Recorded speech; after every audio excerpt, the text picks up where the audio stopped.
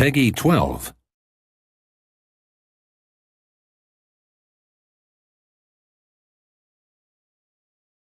Trading by nature tends to be slowish, and we want to make the game fun, and so we thought about a solution for that. And our solution is to split trading into two different types of gameplay.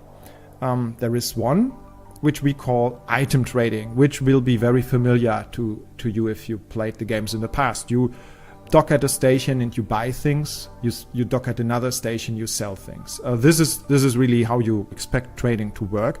Just now, when you compare it with the older games, you do this on platforms. So instead of dealing with menus, you now talk to people and buy stuff from them. We have all kinds of traders on platforms, and they sell stuff. You have items that you collect in space, rare items that you find in containers, stuff that you steal from stations, stuff that you steal from ships. All of that is possible. That's in general what we call item trading. And as the name indicates, this is really inventory trading. So instead of transporting this with other ships, items are usually with you. They are on your ship. But the real trading is about large capacities, using large ships, using transporter ships. That is now a completely separated gameplay element. This real trading that happens now with trade offers. You can see the trade offers here. They are usually at the outside of stations because they need space. We are talking about large quantity of goods here. This real trading, that's usually about the actual supply of factories and space cities with goods. So we require large ships for it, and we require a lot of smaller ships to do the loading and unloading. So as you can hear in that, this really takes time if we want to represent it in the game realistically. You can see the large capital ship docking, you can see the drones starting to load and unload your goods to the ship. All of this is visualized realistically, but you as a player, you don't suffer from this speed because you just order other ships to do it. That's really the trick. When you fly around a station, you see interesting trade offers, you are just collecting them. You can see me doing this here, and I'm collecting them into my trade computer. Here on this menu, you can now see where they are listed. This is basically two menus. We group them by selling offers and buying offers. So on the one menu, you see what stations you have visited are currently selling goods. And on the other menu, you can see which products are currently being bought by stations. So by comparing this, you can find interesting matches, and you can see for every product, where did you see it the cheapest so far? Then you order other ships to execute your trade orders. So here you can see the quantities, here you see the price that a station pays or that you have to pay to a station. And you can see at the top of this menu all of your ships. So you usually, if you want to now give a trade order, you would select a ship that matches the products that you want. So for example, one freighter, like in this example, can only transport energy because it's a specialized energy transporter, while another one is a more generic transporter with capacities for all types of products. You select which of the ships in your squad should execute this order. Then you select the matching products. You can now only select that fit with this ship. Then you confirm the order at the bottom of the menu. You see the actual transaction order. You can now change the quantity, and by confirming it, you will now get a reply from the captain of the ship that he is now on his way to execute this order.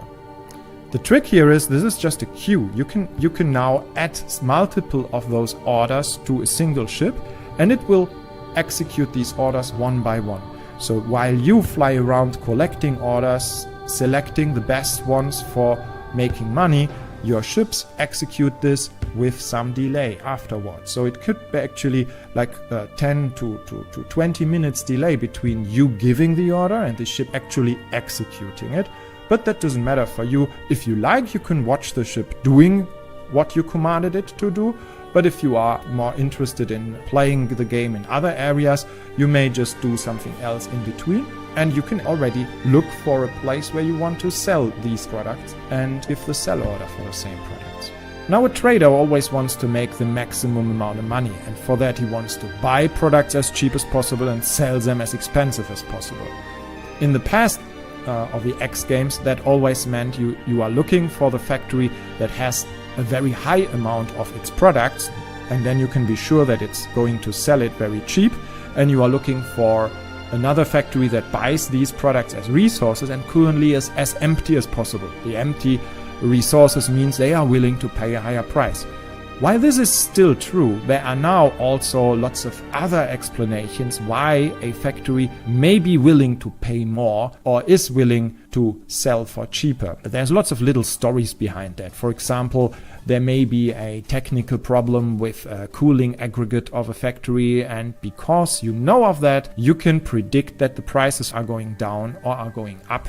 And this information is crucial, and the way we are representing this to players is by discounts. Discounts are unlocked everywhere in the game. Just by flying over a station and getting information about the station, you may unlock a discount. This happens all the time. It can happen if you talk to a person, and if you are successful and the guy likes you, he may give you a discount. That the story behind that could be that he has a cousin in the sales and he's just giving you some special price. The X games are played by very different folks. We know that the people who buy our games are, well, as different as people can be. There are some people who play our games entirely for the action part. They want to blow stuff up, and we give them that. And there are the opposite people who are really interested in the economy of our game and play our game because it provides them this realistic economy. And what we tried to achieve is not just to make both of those extremes and everybody in between happy, but to actually use the economy and that realistic universe also to make the game more interesting in all the other aspects. It's incredible how much more fun a fight can get if you know that it's all about that real economy underneath, because all of the ships that are flying around there, the NPC ships, are also all part of that economy. And it's not just you who is trading a couple of goods and making a little bit of money, but by shooting down ships, you are influencing the economy. You are driving prices. So even the person who is just interested in playing missions and fighting will still be a part of that economy and will still feel a much deeper gameplay than in a game that takes its motivation entirely from scripted missions and the scripted universe. Okay, now I want to quickly show you how mining works, because mining is at the bottom of the economy. As you know, we have natural resources in our universe. Many of those come from asteroid fields, but not all of them. We also have nebulas, which can be harvested for things like plasma. But for all of that harvesting, you need collector ships. The way you command those ships is you simply put them in your own command group. Once I did that, this ship will follow me around. If I am now in an asteroid field, like this one here, I can turn on a mode and tag asteroids. If I tag an asteroid, you can see how the collector ship launches drones, pick them up, and drag them over to the capital ship. So without any complicated user interface, I can very quickly and easily tell the ship exactly what I want it to do. Of course, you don't have to do that. If you just want the ship to automatically mine an entire field, you can also do that with an order. You just open a communication like this, you tell it what you want it to do, you tell it mine this asteroid field, and then you can go away, and maybe this ship will mine for half an hour and then afterwards call you and tell you that it is now completely full, and you can tell it where to sell the resources it just mined. But of course we reward you for this manual mining, because by selecting the best rocks to pick up, you can greatly increase the outcome, and it can fit a lot more actual resources in its storage because it doesn't have so much useless rock. To get the rocks that you can pick up with your collector ship, you sometimes have to cut asteroids into smaller pieces. Large asteroids need to be cut with mining lasers or missiles, and you can use your own mining laser like I'm doing here and cut it directly with your own ship, or you can just tell one of your capital ships to do that. And again, you don't have to open a menu for that. You just tag the asteroid, and the capital ship will try to fly as close as possible and use its mining laser to cut this asteroid into smaller pieces. And that is, again, much more efficient than let it do it automatically, because you can select those rocks which look most lucrative.